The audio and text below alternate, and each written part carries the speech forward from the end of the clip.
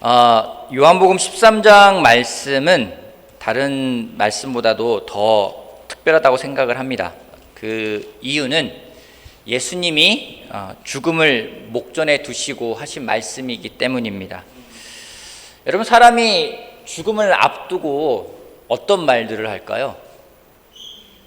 가장 중요한 말들을 하지 않겠습니까? 죽음을 앞에 두고 쓸데없는 말들을 하질 않을 겁니다. 가장 진정성 있는 말, 또 가장 중요하게 생각하는 말들을 할 거라고 저는 생각을 합니다. 그런 차원에서 요한복음 13장부터 시작되는 그 이하의 그런 말씀들은 굉장히 중요하다고 저는 생각을 합니다. 지난주에는 우리가 제자들의 발을 씻기시는 그 예수님의 모습을 같이 보았습니다. 여러분, 제자들의 모습에서 여러분들 어떠한 분위기가 느껴지십니까? 예수님이 갑자기 식사를 하시다가 일어나셔가지고 겉옷을 벗어서 허리에 두르시고 수건을 가져다가 허리에 두르시고 그다음에 제자들의 발을 씻겨주는 그 상상을 하면은 그 분위기가 어땠을까요? 난감하고 그 상황이 굉장히 당황스럽고 제자들이 막 웃고 떠들고 막 그러진 않았을 것 같아요. 막 제 발냄새 난다고 막 놀리거나 그러진 않았을 것 같아요. 그죠? 아마 숙연해질 수 있고 많은 생각에 잠기는 제자들의 모습이 좀 그려집니다. 베드로는 그 성향에 한 가지 좀 특징이 있어요. 당황하면은 이상한 말을 해요. 그죠?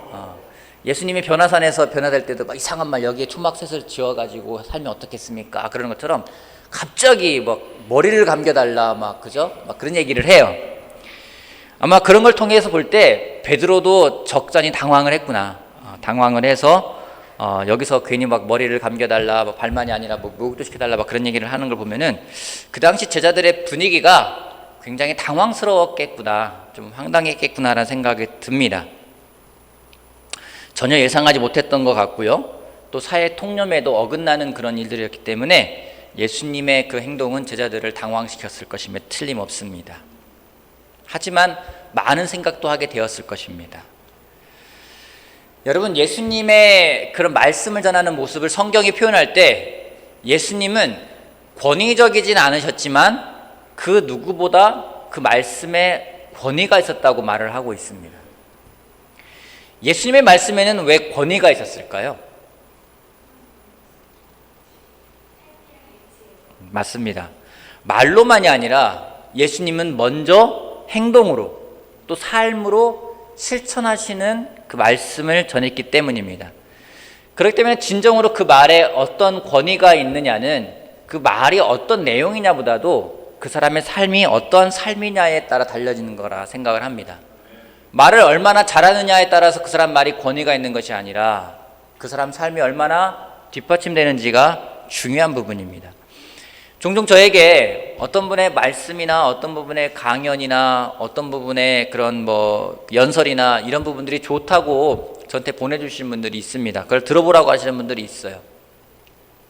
때로는 어떤 부분에 어떤 설교하신 목사님의 그런 영상을 보내주는 사람도 있습니다. 되게 감동적이고 권위적이라고, 권위가 있다고 얘기를 할 때가 있어요.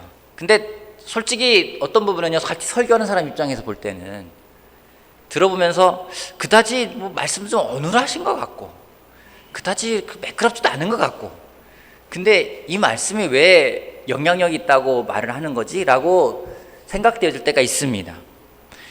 근데 그 말이 파워가 있는 이유는요, 그 말의 내용이나 그 말의 방법이 아니라 그분의 삶이 뒷받침이 되기 때문입니다. 삶이 뒷받침이 되는 말은 항상 힘이 있습니다. 예수님은 항상 그 삶이 뒷받침이 되는 말씀을 하셨습니다. 그런 다음에 또 삶으로 보이셨습니다. 그런 다음에 제자들에게 부탁을 하십니다. 요한복음 13장 12절 말씀을 한번 읽어보겠습니다. 요한복음 13장 12절 말씀. 요한복음 13장 12절. 예수께서 제자들의 발을 씻겨주신 뒤에 옷을 입으시고 식탁에 다시 앉으셔서 그들에게 말씀하셨다. 내가 너희에게 한 일을 알겠느냐? 예수님이 제자들한테 말씀을 하십니다. 내가 너희들에게 한 일이 알겠느냐? 이해가 되느냐라고 물어보십니다. 내가 한 행동이 내가 너희들의 발을 씻겨준 것이 너희들은 이해가 되니? 왜 그랬는지 이해가 되니? 라고 물어보시는 거예요. 제자들이 이해했을까요? 아마 이해 못했을 거예요. 우리도 이해 못할 겁니다. 근데 이해하기보다는 당황했을 것 같아요. 그럼에도 불구하고 예수님이 그런 행동을 보이신 다음에 계속해서 부탁의 말씀을 하십니다. 13절, 14절 말씀 보겠습니다. 13절, 14절 말씀. 너희가 나를 선생님 또는 주님이라고 부르는데 그것은 옳은 말이다. 내가 사실로 그러하다. 주이며 선생인 내가 너희의 발을 씻겨주었으니 너희도 서로 남의 발을 씻겨주어야 한다. 예수님 말씀하십니다. 너희가 나를 주님이라고 부르고 나를 선생이라고 부르는데 그 말이 옳다. 또 너희가 나를 주님이라고 부르고 나를 선생이라고 부른다면은 너희들이 해야 될 것이 무엇인지 서로 남의 발을 씻겨 주어야 한다라고 이야기를 하고 있습니다. 우리가 예수님을 주님이라고 고백한다면 우리 삶 가운데 실천되어져야 되는 것이 무엇인지 서로 남의 발을 씻겨 주어야 한다라는 것입니다. 여러분, 발을 씻긴다는 것은 무엇일까요? 발을 씻긴다는 건 무엇일까요? 발의 특징이 무엇입니까? 발의 특징이 있어요. 발의 특징이 뭐죠? 냄새가 납니다. 냄새가 나는 것이에요. 가장 냄새가 나는 것입니다.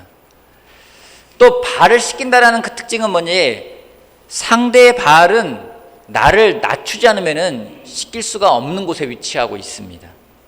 그러기에 서로의 발을 씻겨준다라는 것에는 나를 낮춘다라는 의미가 내포되어 있다고 저는 확신합니다. 그런데 우리는 낮아지는 것보다는 높아지는 것에 익숙하고 높아지는 것을 좋아합니다. 회사에서 동기들이 다 승진하는데 나만 진급하지 못하면 기분 좋지가 않을 거예요. 막상 그렇습니다. 다들 승진하고 다들 진급하는데 나만 승진하지 못하면 기분 좋은 사람은 없습니다. 높은 직책에서 일을 하다가 그 직책을 내려놓았을 때 어떤 팀장을 하다가 팀장의 일을 내려놓고 다시 팀원으로 갔을 때 그 상황을 좋아하는 사람은 그다지 없을 것입니다. 여러분, 심지어 교회에서도요, 인도를 하다가 인도하는 거를 내려놓을 때 물론 좋아하는 사람도 있습니다. 홀가분해서 좋아하는 사람도 있어요. 근데 좋아하는 사람보다도 기분이 그다지 좋지 않은 경우가 있습니다. 저도 마찬가지입니다. 큰 그룹을 인도하다가 작은 그룹을 인도하면은요, 왠지 내가 낮아진 것 같은 느낌이 들어서 기분이 좋지 않은 마음도 들을 때가 있었어요. 우리는 높은 위치에 있을 때 더 많은 걸 할 수 있다고 생각을 합니다. 높은 위치에 있을 때 더 많은 영향력을 줄 수 있다고 우리는 생각을 합니다. 그러기에 우리는 높아지려고 합니다.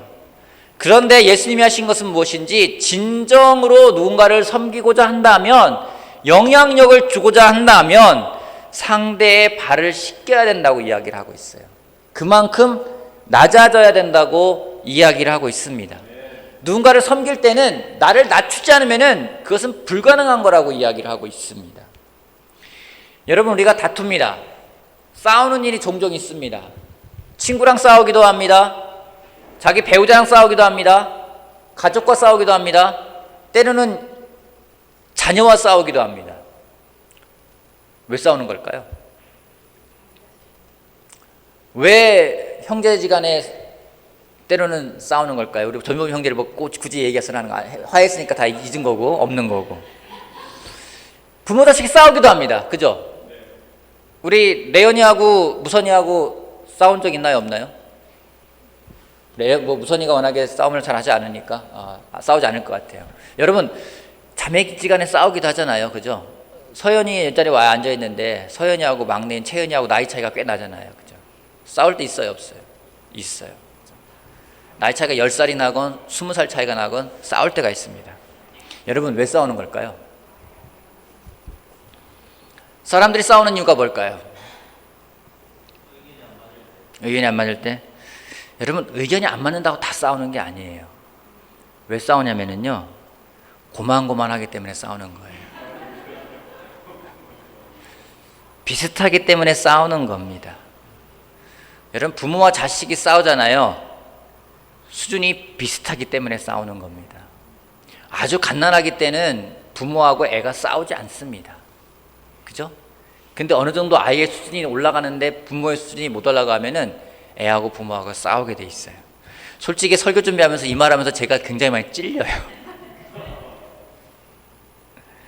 제가 싸웠던 경험을 보게 되면은요, 다시 돌아보게 되면요, 분명히 때로는 내가 나이가 많고 내가 더 어른인데도 왜 싸우는지 제가 어른으로서 가져가야 될 성숙함이 없었기 때문에 싸우는 일이 많았다는 겁니다. 반면에 싸울 수밖에 없는 상황인데도 싸우지 않고 넘어갔던 이유는 무엇인지 상대방이 나보다 성숙했기 때문에 싸우지 않은 경우가 참 많아요. 오늘 성찬을 전유문 형제가 참 나눠주었습니다. 제가 어제 보면서 어쩌면 제가 설교할 내용과 일맥상통한지를 좀 보게 되었습니다. 그들이 왜 화해하게 되었나요? 서로 간에 더 성숙한 마음들이 있었기 때문에 그래요. 그 마음에서 변화가 있었고 성숙함이 있었기 때문입니다. 여러분, 성숙함이라는 것이 무엇인지 아십니까? 성숙함은 나를 먼저 낮출 줄 아는 것입니다. 세상에 제자들을 남겨두고 하늘로 먼저 올라가시는 예수님, 고민이 많았을 거라고 생각되어집니다. 가장 큰 고민이 무엇일지는 남겨진 제자들이 하나가 되는 것이에요. 그들 참 잘 싸웠거든요.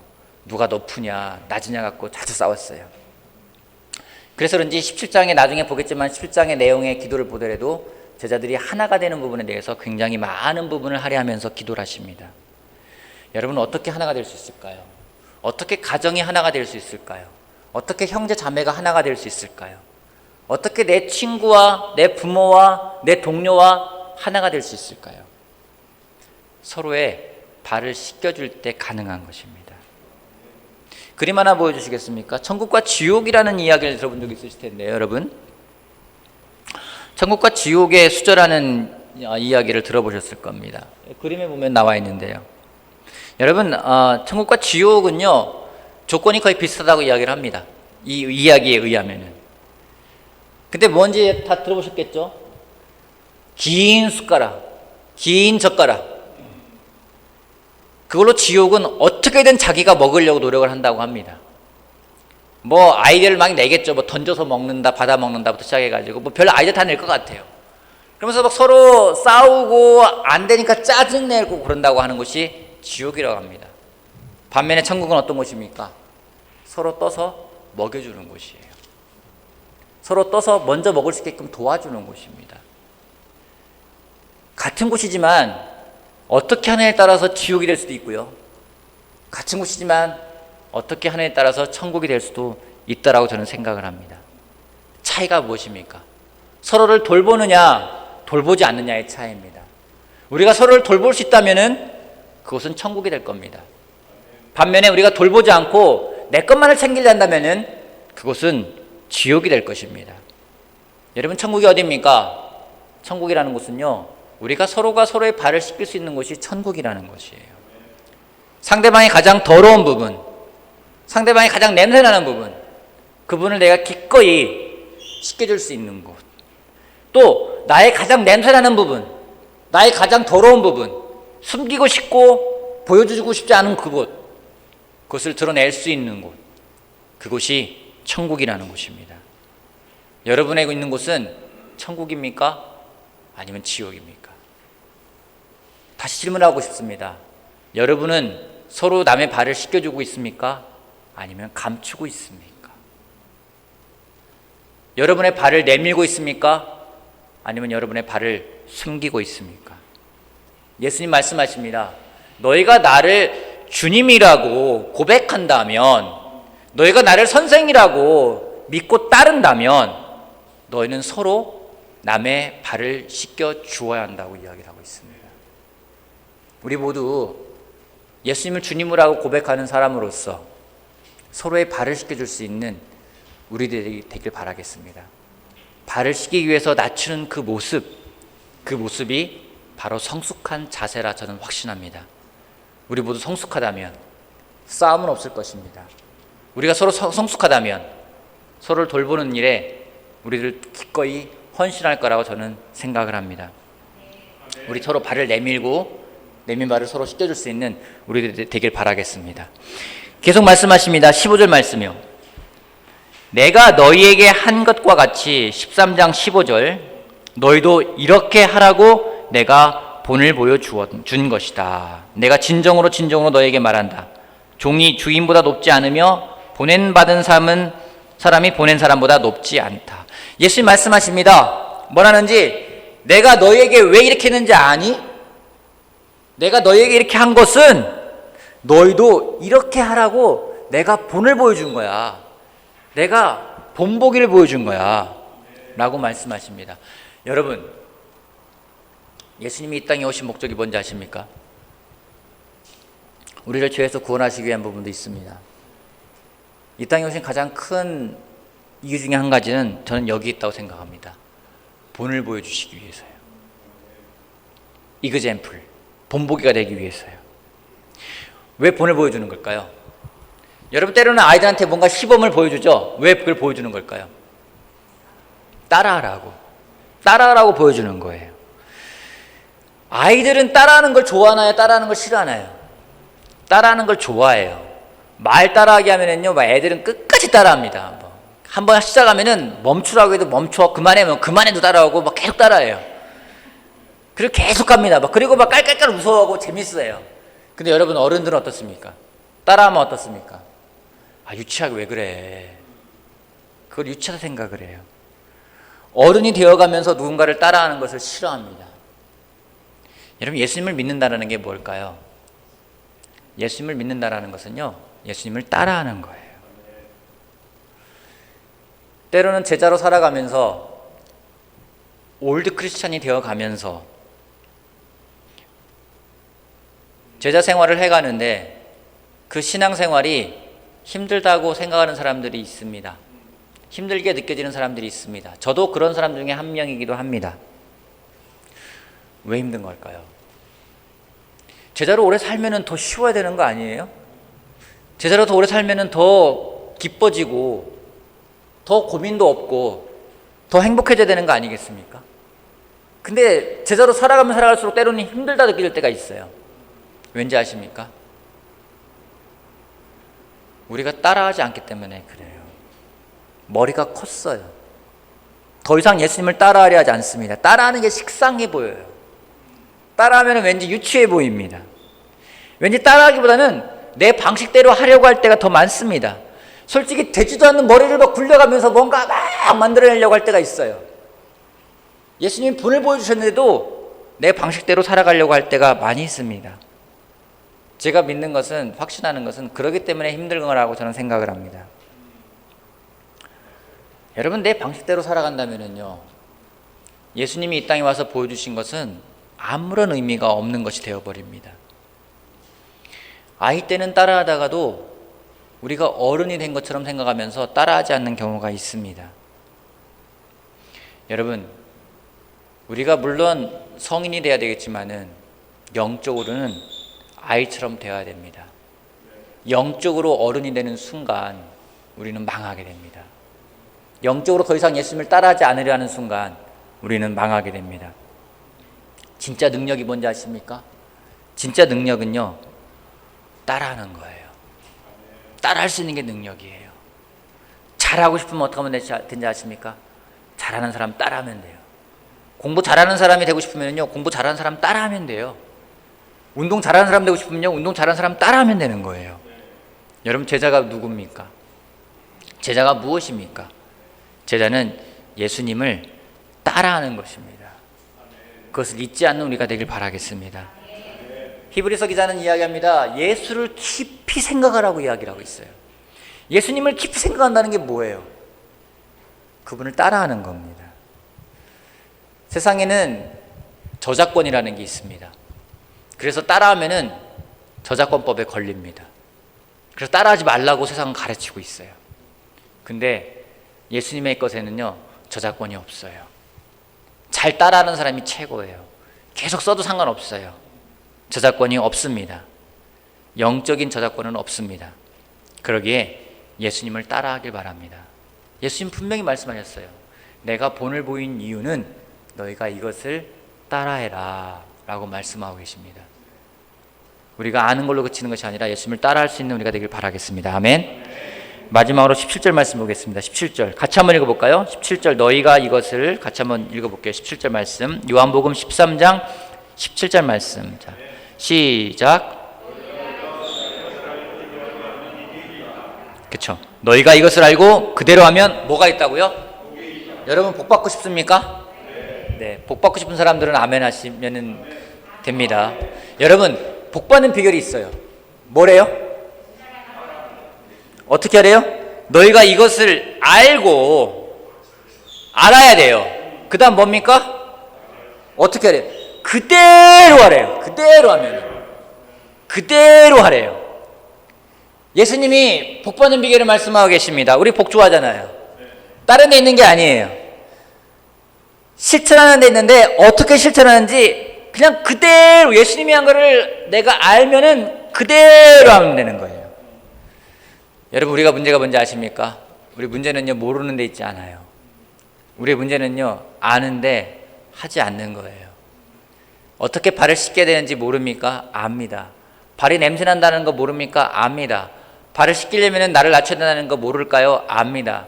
우리가 1, 2년 제사 생활하는 게 아니기 때문에 물론 우리 최수신자면은 뭐 1년 아직 안 됐겠지만은 그래도 우리가 1, 2년 되지 않은 사람들 대부분이기 때문에 우리가 대부분 다 알아요. 그죠? 물론 최수신자면은 여기서 뭐 예외가 될 수 있을 것 같아요. 좀 더 많이 알아야 되겠죠. 하지만은 우리가 문제 뭐냐면 아는데 안 한다라는 거예요. 왜 안 하는 걸까요?